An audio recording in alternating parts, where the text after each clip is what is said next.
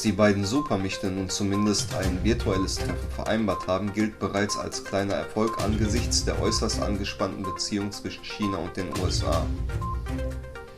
Streitpunkte gibt es viele. Chinas Machtansprüche im Indo-Pazifik-Raum, den Taiwan-Konflikt, das de facto Ende der Autonomie Hongkongs oder die Menschenrechtsverletzungen in Ostturkestan. Und auch der Handelskrieg zwischen den beiden größten Volkswirtschaften ist weiter ungelöst. Der NATO-Generalsekretär Jens Stoltenberg warnte Macron davor, aufgrund des indopazifischen Bündnisses die Unabhängigkeit der EU von Washington und der NATO zu fördern. Dies würde die NATO schwächen und die EU spalten.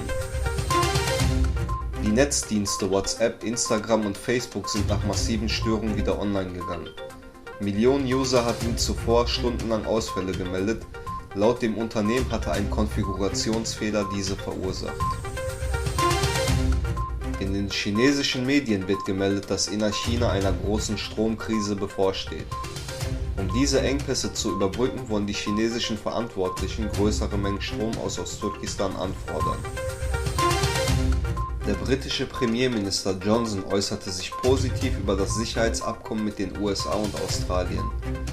Er sagte, dass dies ein gutes Beispiel dafür sei, was England außerhalb der EU geleistet hat.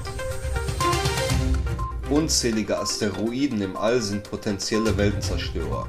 Auch auf der Erde schlugen bekanntlich riesige Brocken ein, die teils das Leben auf dem blauen Planeten nahezu auslöschten.